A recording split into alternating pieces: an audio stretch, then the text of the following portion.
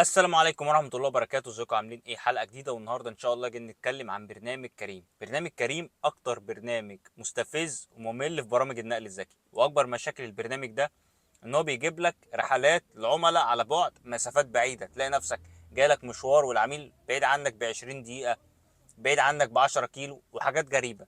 فده بسبب ان مش كل الكباتن بتفضل تشتغل على البرنامج ده، فبيخلي العميل لما بيجي يطلب عربية، اقرب عربية ليه بتكون على مسافة بعيدة، او ممكن اقرب عربيه دي كمان ترفض الرحله بتاعته فتروح للكابتن اللي ابعد. فدي من ضمن مشاكل البرنامج ده، غير طبعا ان هو بيعمل لك صداع، خصوصا بعد الخدمه الجديده اللي هي اسمها جو على كيفك. الخدمه ديت يا جماعه انا اتكلمت في الموضوع ده كتير، ان انت تيجي توطي الصوت ما بيوطاش. فده بصراحه بيخنقني، بيخليني اقفل البرنامج وابقى قرفان اشتغل عليه. طب يا سيدي، لما انت مش طايق البرنامج ومش قابله كده وبتقول عليه كل المشاكل ديت، النهارده جاي تقول لنا ايه؟ او جاي تتكلم على البرنامج ليه؟ والله يا صاحبي انا كنت قاعد مع نفسي، فببص كده في العروض بتاعه كريم. انا طبعا ايه، من كل يوم قبل ما انزل اشتغل ببص كده، بص على العروض اللي عندي على كل البرامج، ده عامل بونص ايه، ده عامل بونص ايه، علشان اعرف انزل هشتغل على ايه النهارده. فلقيت كريم بيقول لي ما تعمل 20 رحله من غير ولا نسبه قبول او رفض او ولا ساعات اتاحه او ولا الكلام ده كله، اعمل لي بس 20 رحله من يوم الثلاث ليوم الاثنين وخد يا عم 1000 جنيه. فقعدت مع نفسي قلت يا حمو، ايه المشكله لما تعمل 20 رحله في كام يوم؟ يعني انت لو عملت لك 3 4 رحلات كل يوم عملت ال 20 رحله، ولو جيت قسمت ال 1000 جنيه على 20 رحله هتلاقي كل رحله هتبقى واقفه عليك بزياده 50 جنيه. يعني خدت رحله ب 100 هتاخد 50 جنيه، خدت رحله 200 على 50 جنيه لما تجمع يعني فلوس البونص دي على بعض. فيا عم ما تجرب، انت خسران حاجه؟ انت عندك حاجه تخسرها؟ انت خسران كل حاجه. انزل يا عم اشتغل على البونص جنب شغلك التاني، اعمل لك 5 رحلات كل يوم وانت اولى بالالف جنيه دي. فاللي انا جاي اوصله لك او جاي اكلمك عليه النهارده، ان احنا جايين نتكلم عن طريقه الشغل على برنامج كريم وازاي تكسب منه.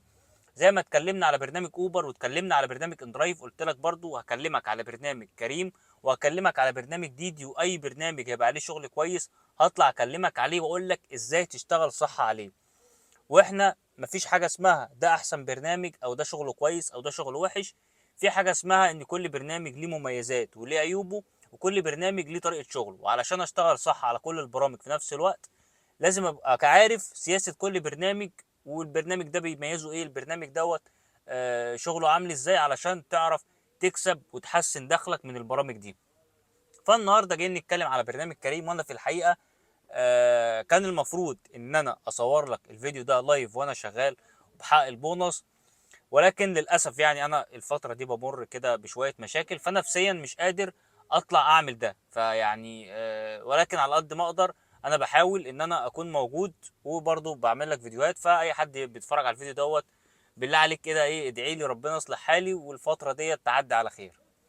طيب، بمناسبة البونص ده فأنا قلت أطلع أقول لك برنامج كريم. أول حاجة هو البونص بتاعه، مش دايما هتلاقي البونص ده موجود كل الوقت، ولكن هو بيعمل بونص كويس جدا وأحسن برنامج تاني، خصوصا في فصل الصيف. فصل الصيف داخل علينا والشغل هيبدأ يتحرك، هتلاقي كريم بيعمل لك بونص خزعبلي. يعني مش هتشوف في أي برنامج تاني إن هو مثلا بيقول لك اعمل لي 300 جنيه وخد عليهم 300، اعمل لي 500 وخد عليهم 500. البونص بتاع كريم في الغالب بيكون فلوس. فاول حاجه لازم تركز عليها علشان تشتغل صح على برنامج كريم هو البونص بتاعه. البونص ده مش بيبقى موجود طول الوقت زي ما قلت لك، ولكن طالما هو موجود ايه اللي يمنعني ان انا ما انزلش اعمله؟ زي ما حصل معايا دلوقتي، جالي 1000 جنيه، انا الحمد لله عملت كده منهم 13 رحله. النهارده الحد في معايا الحد والاثنين فاضل لي 7 رحلات ان شاء الله اكملهم. هو بيقول لك اعمل 10 رحلات تاخد 350، خليتهم 20 تاخد ال 1000 جنيه على بعض. فانا ان شاء الله هنزل اعمل ال7 رحلات دول.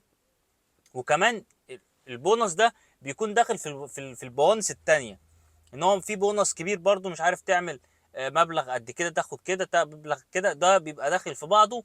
كمان في البونص اليومي، بس ده بيكون صعوبته ان هو بيطلب منك رقم لازم تحققه مبلغ معين في وقت قليل، وطبعا بيعمل لك ساعات اتاحه، فده بيكون خانقك شويه. مش كل الناس بتعرف تستحمل تشتغل على البونص ده، في ناس بتحس ان هي مش حره مكتومه مش عارفه تشتغل، دي مشكلته. ولكن لما يكون في بونص سهل زي ده مفيش مانع ان انت تنزل تعمل البونص، وانت اولى بالمكافأة دي. فاول حاجة او اول طريقة على الشغل في برنامج كريم ان انت تركز على البونص بتاعه. طيب ايه هي تاني حاجة؟ لازم تكون مقتنع ان شغل برنامج كريم نسبة 80% على الموظفين والبنوك والكلام ده كله، لان الشركات بتعمل تعاقد مع برنامج كريم للموظفين بتوعها، والله في السنة هندفع قد كده، وياخدوا باقات للموظفين اللي هي شغالة مع عندهم. فعلشان تكون عارف احسن وقت تشتغل فيه على برنامج كريم هو وقت دخول وخروج الموظفين. لقيت نفسك وقت خروج الموظفين اطلع على منطقة زي مثلا منطقة البنوك في التجمع، تاخد منها رحله وبمضاعفه اجره كمان. ان مضاعفه الاجره في التوقيت دوت الموظفين كلهم بيطلبوا على كريم اللي هم عاملين اشتراك معاهم، فتلاقي مضاعفه الاجره بتوصل اكتر من الضعف، تلاقي مثلا 2.5. فالرحله ام 100 جنيه بتاخدها ب 250 جنيه. واللي بيطلب ما بيدققش قوي في القصه دي زي البرامج التانية، لان هو مش هو اللي دافع. لو في برنامج تاني هو اللي يدفع من جيبه، اما كده كده الشركه او البنك اللي انا شغال معاهم هم اللي يدفعوا. يا عم ايه المشكله لما المشوار دوت ب 250 جنيه؟ كده كده مش فارقه معايا، انا لازم استخدم برنامج كريم، انا مش هعرف اطلب برنامج تاني. الباقه معموله لي على برنامج كريم، فهو الاجره ب 100، الاجره ب 200، الاجره ب 300، هو كده كده هيطلب على برنامج كريم. فانا ككابتن عايز استفاد من البرنامج، مهم جدا ان انا اكون عارف ان انا في توقيت دخول او خروج الموظفين ان انا موجود في منطقة فيها شركات فيها بنوك علشان اخد الرحلة الصح. ده ممكن رحلة او رحلتين على برنامج كريم في التوقيت اللي انا بكلمك عليه ده يعوضك شغل يعني معظم اليوم، وبعد كده تبدأ تتسلى على الرحلات التانية. طيب واحد يجي يقول لي بس الخدمة بتاعت جو اوفر الجديدة دي مستفزة قوي ومقرفة، والعميل عاوزك توافق بالتسعيرة اللي هو حاططها. هقول لك عندك حق، الفكرة ان هم عملوها ديت فكرة مملة جدا ومستفزة، ولكن على قد ما هي فيها عيوب فيها مميزات. العيوب يعني برنامج كريم عمل الحركه دي لان هو شايف خلاص النقل الذكي كله رايح في سكه التفاوض. اندرايف خرب لنا الدنيا بالموضوع بتاعه، دخلت على كده بعد كده ديدي فيليكس قالت لك يلا كله فيليكس. فعلشان تواكب الظروف اللي بتحصل معاه قالت لك طب ما احنا نعمل جو على كيفك ديت طالما العميل بيحب الحاجات ديت ونقلل نسبتها. ولكن المميزات اللي فيها دلوقتي اللي معوضة المشاكل ديت، يعني نقدر نقول ان هي حاجتين او 3 حاجات. اول حاجة ان هي النسبة بتاعتها 5%. 5% دي يعني على كل رحلة ب100 جنيه بياخدوا منك 5 جنيه بس، غير ان هو بيعمل لك بونص عليه 20 جنيه وقللوها بقى 10 جنيه. معنى كده ان انت لو جات لك مثلا رحلة عليه ب 200 جنيه وانت خدتها بتاخد عليها 10 جنيه، ادي كده 210. هم ليهم نسبة 5% على الرحلة دي اللي هي كام؟ اللي هي 10 جنيه. فبياخدوا ال 10 جنيه المكافأة. كده انت خدت ال 200 جنيه بتاعتك صافي.